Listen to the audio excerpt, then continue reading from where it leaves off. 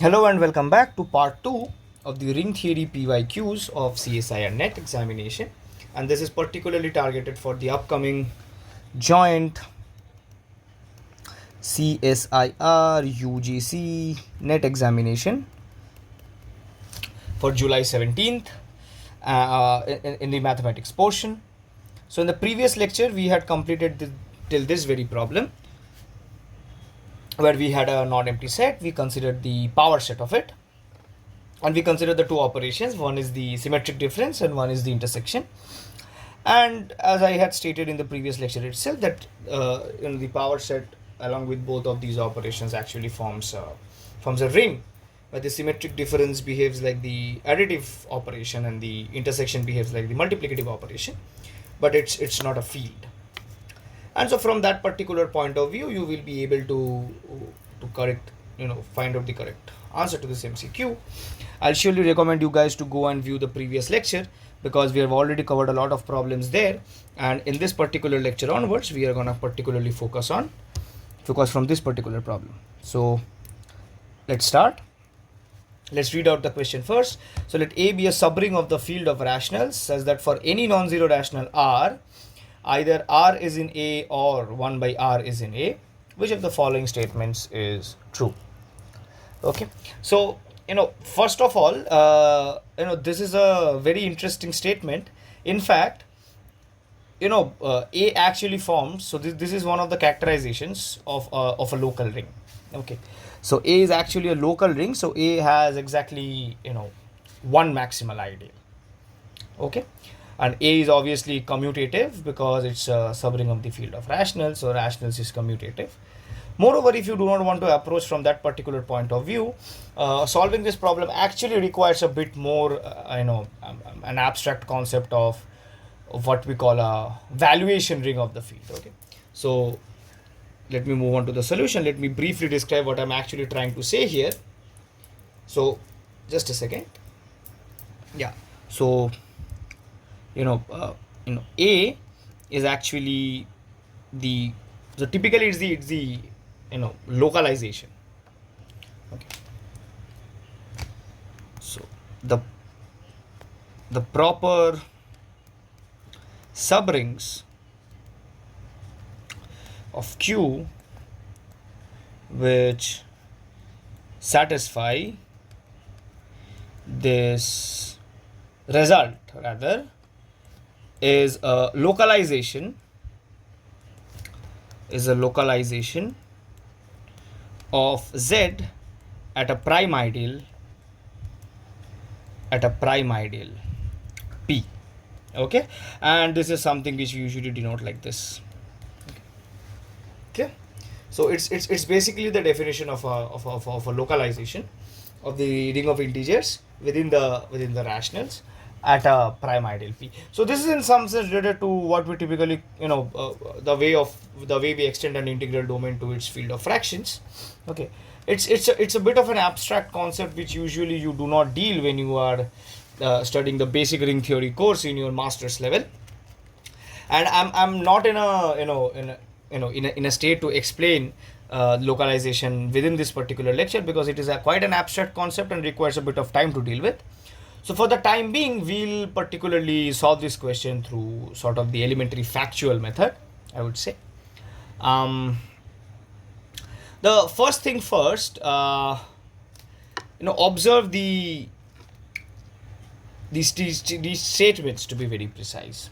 Okay, so the set A in capital S such that 1 over A is not in A union 0 is an additive subgroup of Q.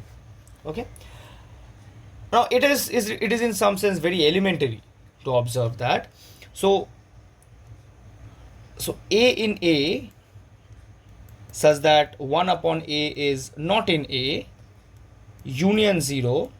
So this is just the set of all non-units of A, right? From the very basic definition itself. And as I've already said, that the given condition is actually equivalent to speaking of the fact that A is a local ring, and in a local ring the collection of all non-units, it actually forms a maximal ideal. So this set, it actually forms the maximal ideal of A. And since it's a maximal ideal, it has to be closed under, so it's at least a subring, it's an ideal, right? So it's at least a subring, so it's obviously an additive subgroup of Q. So this is in fact a true statement. And option 2 is again straight away because of the fact that A has one maximal ideal itself, which is the collection of all its non-units. The next statement says that if A is not equal to Q, then A has infinitely many prime ideals. Now this is again particularly a fact. I would rather state it as a fact at this point. That is, the ideals in the localization of Z about the prime ideal P, and we are actually concerned about this because A is given not to be the whole ring of rationals. So in that case, as we said, it will assume this form. Okay. So if the ideals in this localization of Z at a prime ideal, these are of the form. So these are of the form ideal generated by P to the power n. Okay. So the only maximal ideals, so the only prime ideals. So the only prime ideals are 0 because it's an integral domain, obviously, and the unique maximal ideal, which is clearly the ideal generated by P. So therefore it has exactly 2 prime ideals and not infinitely many. So therefore this is a false statement, and the question is asking which of the following statements is false. So this has to be the correct option. Let us still analyze option 4. For any non-zero AB, A divides B or B divides A. Okay. So again, since it is a valuation ring, so since we are working in a valuation ring, all the ideals are totally ordered under inclusion. The ideals are totally ordered under inclusion. So this is again a sort of a under inclusion, a theorem rather related to valuation rings. Now I would rightly mention something at this point, that usually the ring theory questions in the CSIR NET examinations are not that advanced in level, but often some questions arise which require a bit of deeper concept. Moreover, the question level has significantly increased, at least if you have experienced the December 2025 examination. So it's better that you do not, you sort of change your preparatory method for the next CSIR NET examinations, because what at least I can predict is that the question levels are not going to decrease at all. Either it's going to, sort of stay at the level of what December 2025 examination look like, or it's going to slightly increase probably. Okay. If you have any doubts regarding any particular concepts in ring theory, in algebra, in topology, real analysis, complex analysis, or whatsoever it be, you can please leave a comment in the comment section, and we'll rightly address that particular doubt, and we'll come up with a video, because the examination is already, it's going to happen very soon, and I would not recommend you guys to waste any time. So if the ideals are all totally ordered under inclusion, what would that mean? That would mean that ideals generated by A and B, both of these are ideals. So due to total order, either this is contained here or this is contained here. So therefore either B divides A or A divides B. So one of them has to be true. Okay, let's move on to the next question. Which of the following statements is true? The ideal 2. So you can read out the question on your own. I've already seen this question in the examination, so let me rightfully address this. In some sense, I can remember that this is a repetitive question because I think I have already addressed this question in the first lecture. Nevertheless, let's just deal with it once more. So the ideal 2Zi, this is nothing but the ideal generated by 2 in Zi. Now observe that 2 is nothing but 1 minus I times 1 plus I, right? So therefore 2 is contained in the ideal generated by 1 minus I. At least the ideal generated by 2 is contained in the ideal generated by 1 minus I. So therefore it's not maximal. Moreover, Zi is a PID. So maximal if and only if the the generator of the ideal has to be irreducible, and 2 is clearly not irreducible because 1 minus I and 1 plus I are both non-units. The ideal generated by x in CXY is maximal. That is again not true, because if you quotient by this ideal, then you are gonna get the ring of polynomials in Y, and this is clearly not a field but just an integral domain. So this was a prime ideal but not maximal. Let us move on to the next. The set of polynomials in CX whose coefficients add up to 0 is a maximal ideal. To address this option, what you can do is that you take a map from CX to C, and what you can do is that you can take a polynomial and you evaluate it at 1. So this is called the evaluation map at 1. So evaluation at 1, and you can rightfully observe that this is a homomorphism. It's a surjective homomorphism because you can take an arbitrary complex number from C and you can clearly construct out a polynomial such that the complex number is attained at 1, right? Because for example, if you choose W from C, so you can just think of a polynomial, linear polynomial, which equals W at 1, let's say.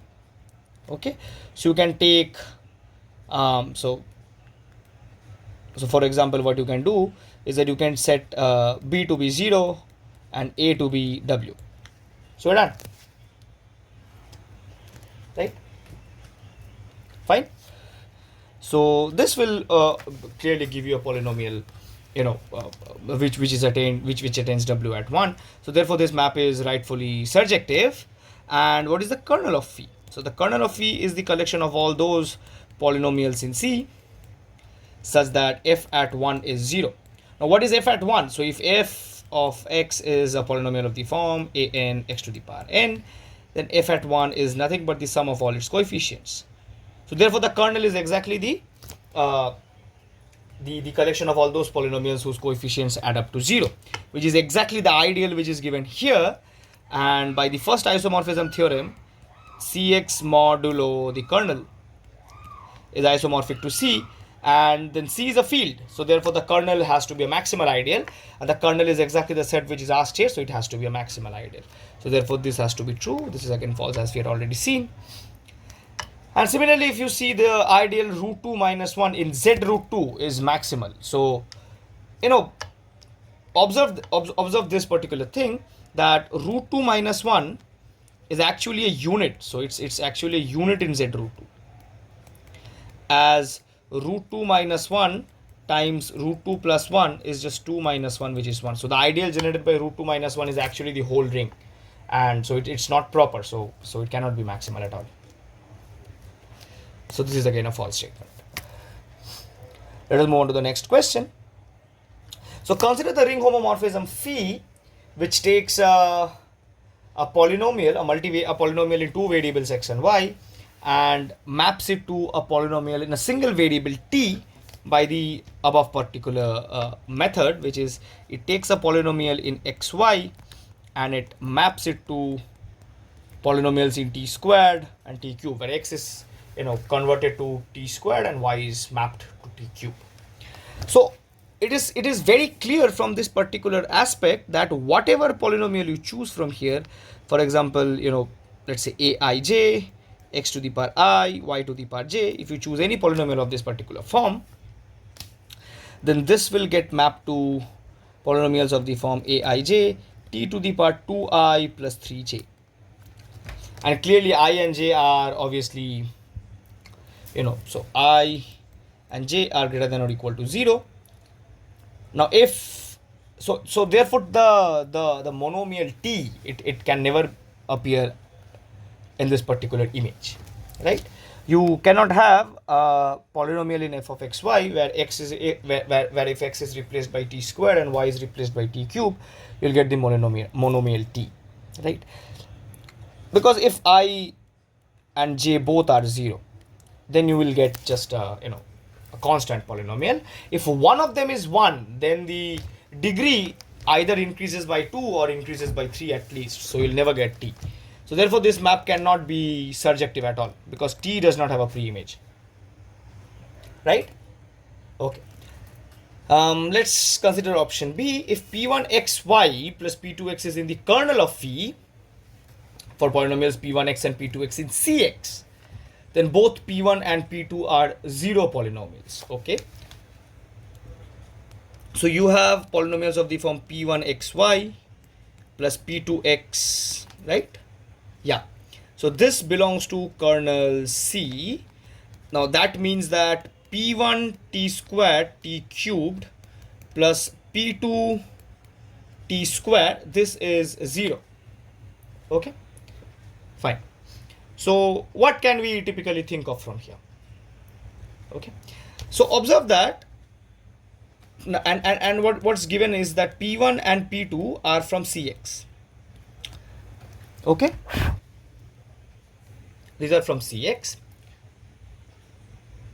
So what I'm actually trying to think of at this particular point is the following thing, that P1 t squared times t cube, this particular polynomial, if I consider, so this generates only odd powers of t, right? This generates only odd powers of t, right? And this generates only even powers of t. Yeah. So therefore their sum can be 0 if and only if both the parts are independently 0. But if both the parts are independently 0, then that would mean P1 is identically 0 and P2 is identically 0. But P1 is identically 0 means P1x as a polynomial is 0, and then and similarly P2 is identically 0 would mean that P2 as a polynomial in x is identically 0. So therefore this is a true statement that both P1 and P2 have to be 0 polynomials. Option C, there exists a non-zero polynomial P1 and P2 such that C of P1xy plus P2x equal to 0. So this is exactly the negation of option B, and since option B is already true, this has to be false. Let's check option D now. So therefore what is being asked, there exists a polynomial f in Cxy such that C of fxy is 0 and C of f squared xy is non-zero. Okay.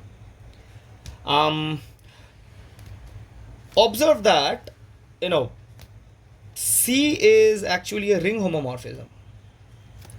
So this is something which you can rightfully prove very easily, that C is actually a ring homomorphism.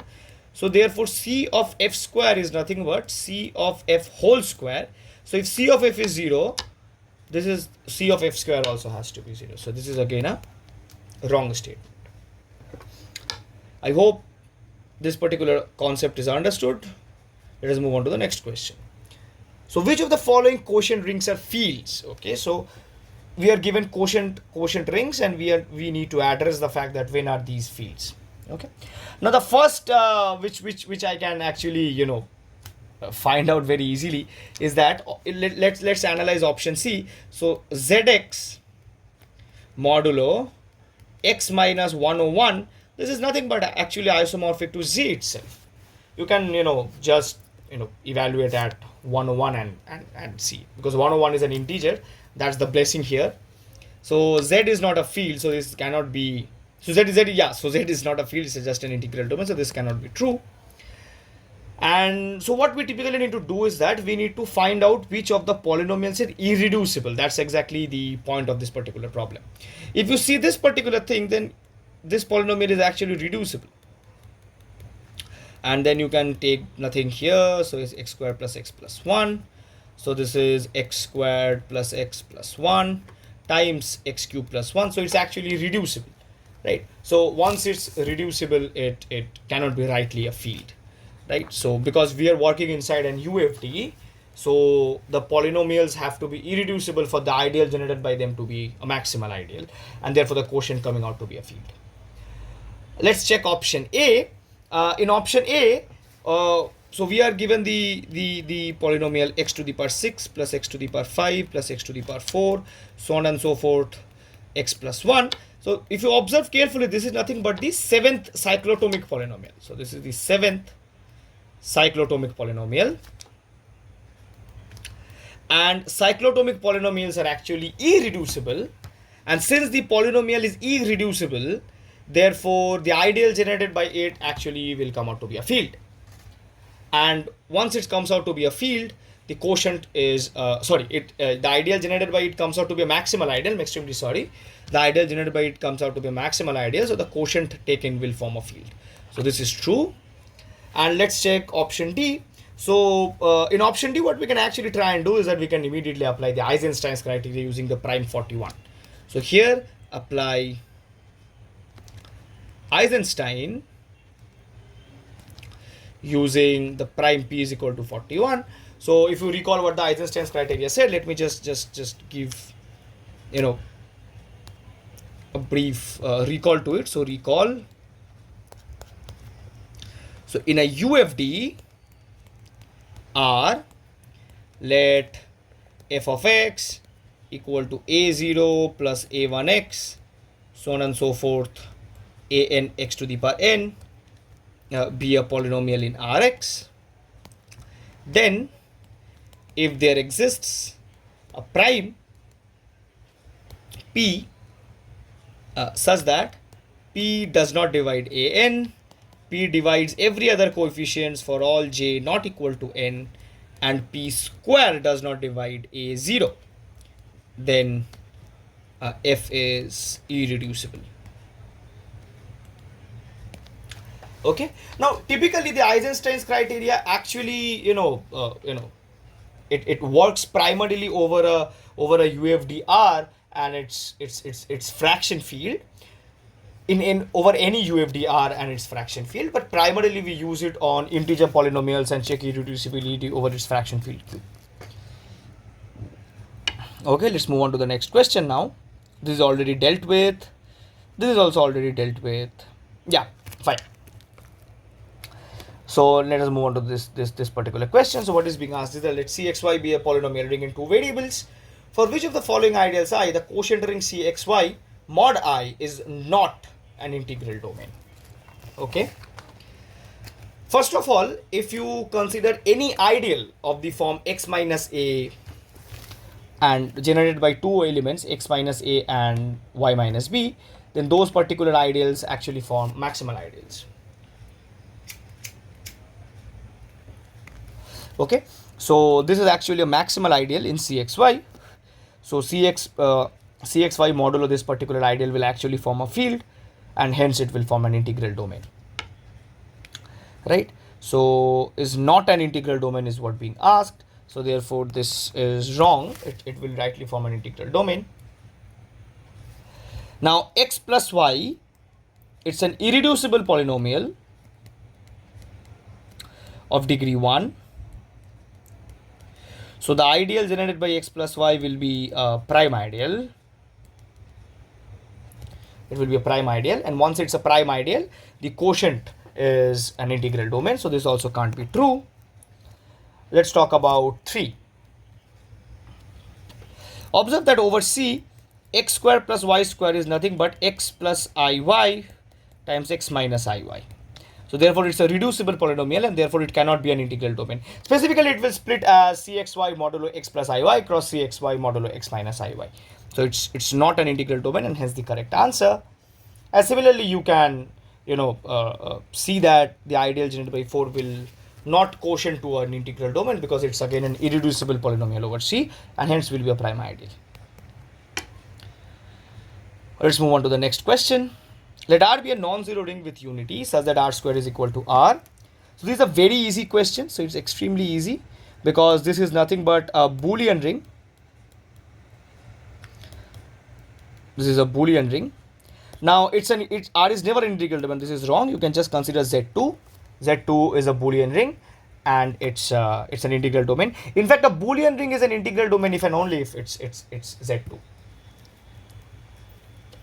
This also can be very easily proved that the characteristic of R actually comes out to be 2, and in that case R will be equal to minus R for every R. This is again wrong. Sorry, this is right.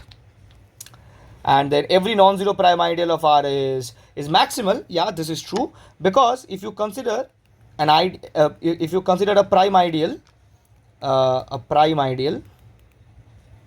in R, then R mod P will be an integral domain, And since R is a Boolean ring, R mod P will also be a Boolean ring.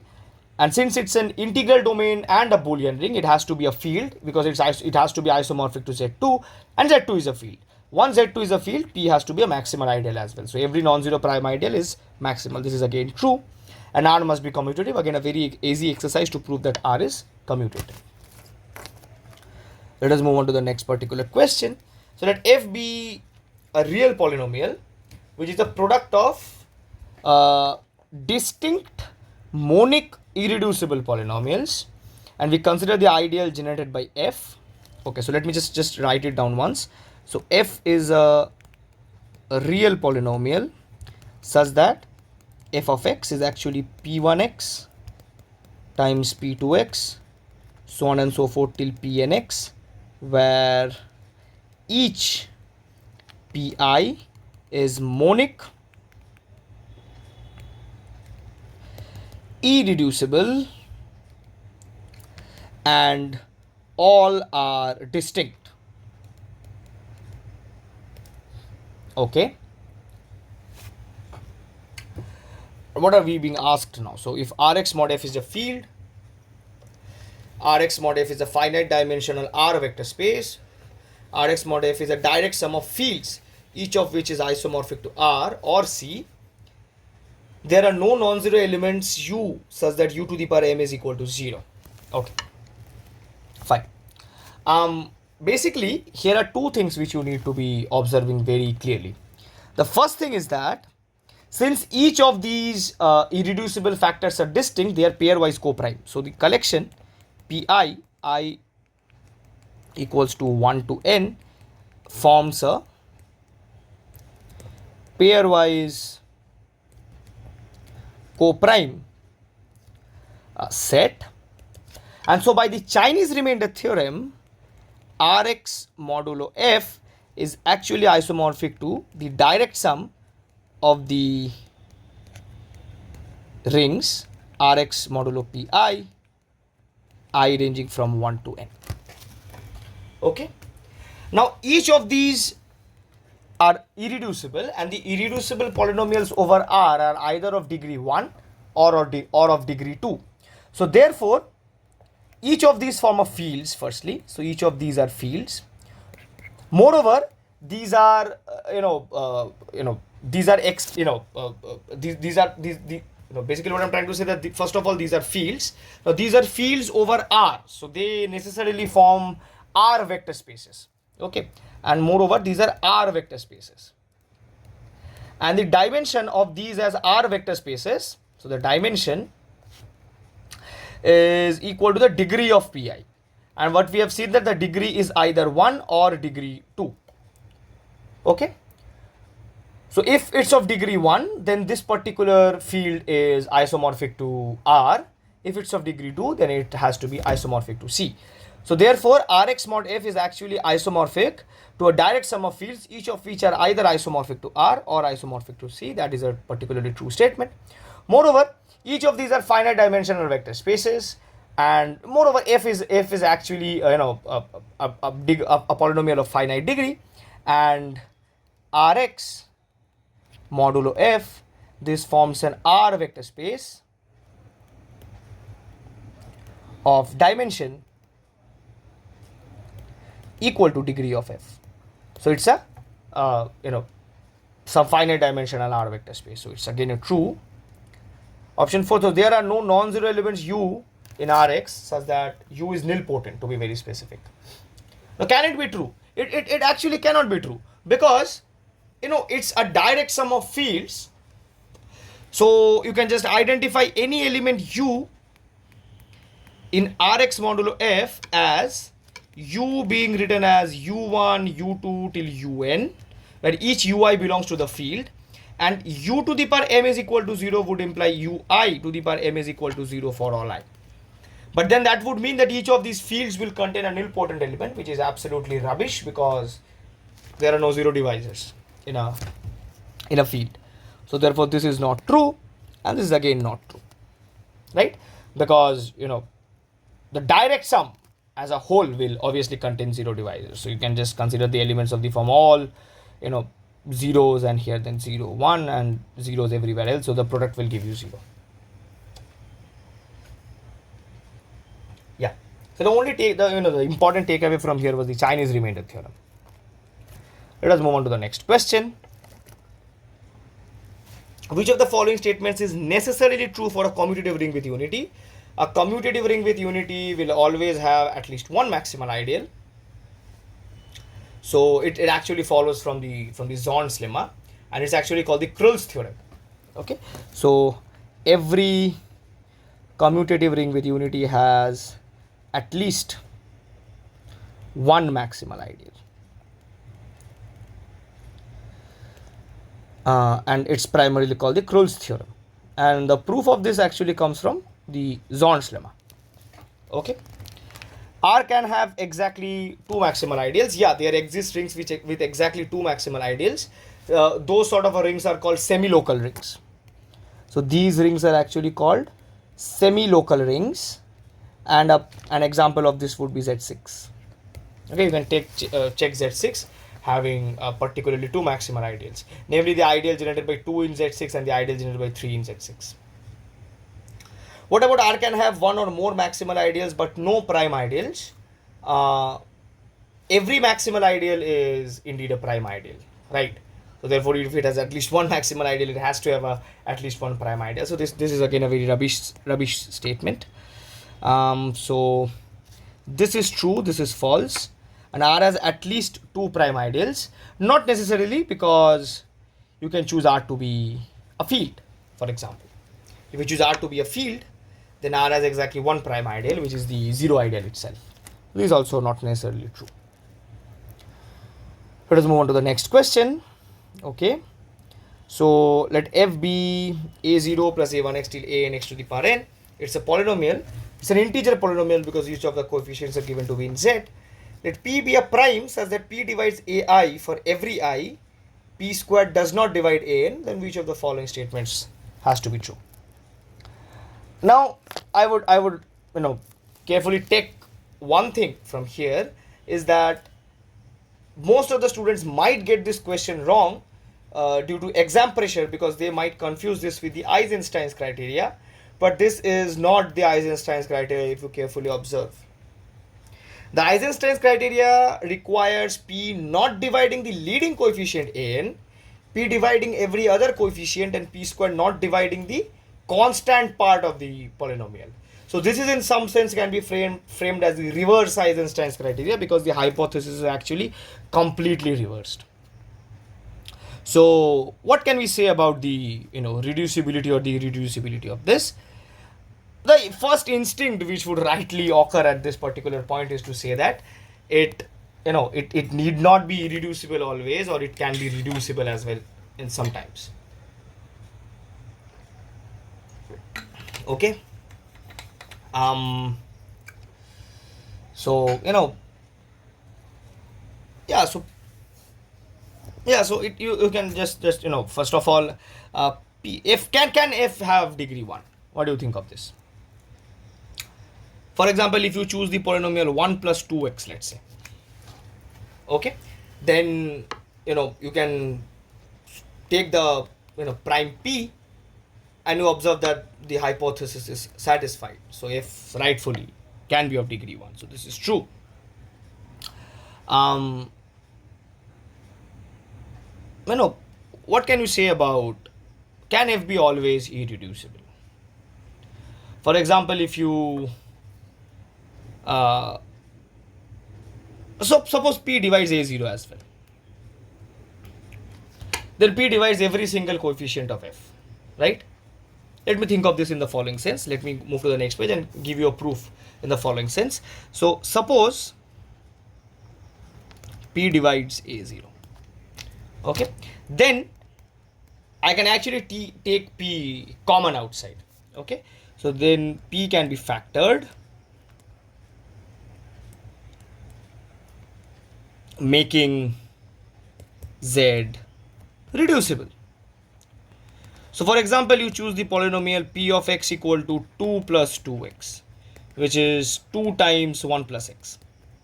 Now 2 is a non-unit in z, right? We're working over in z.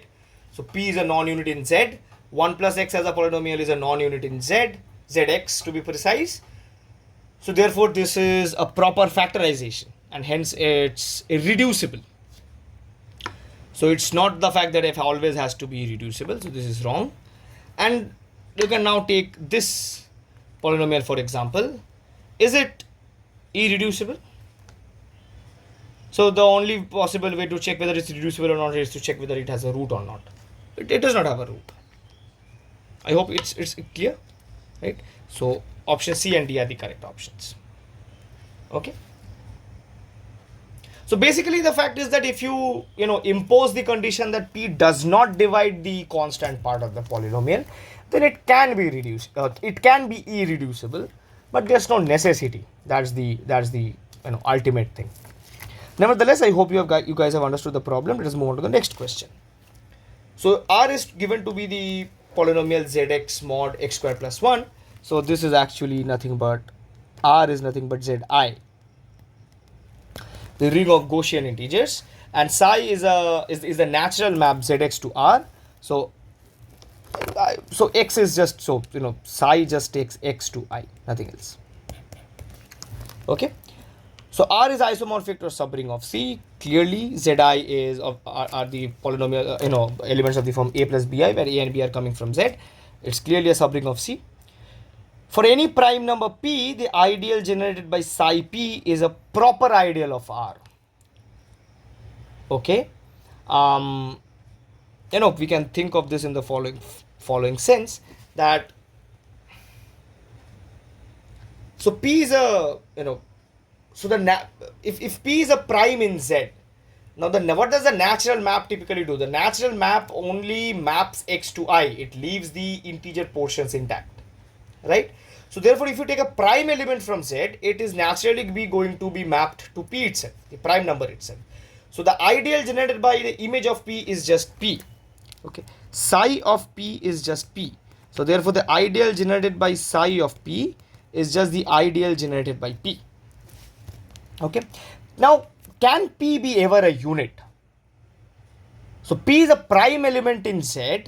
The only units, so this is the thing, the only units in Zi are plus or minus 1 and plus or minus I. And P can never be one of these, right? Because 1 or minus 1 are not primes. So therefore this can never be the whole ring. Is it clear? So this is wrong. Oh, is a proper ideal is what being asked. Yeah, so it's true. R has infinitely many prime ideals. Yeah, R indeed has infinitely many prime ideals because, so this is again a fact, any prime P in Z such that P is congruent to 3 mod 4 is again a prime in Zi. And this is a very important, or rather a very famous theorem in number theory, that and there exist infinitely many primes of this form.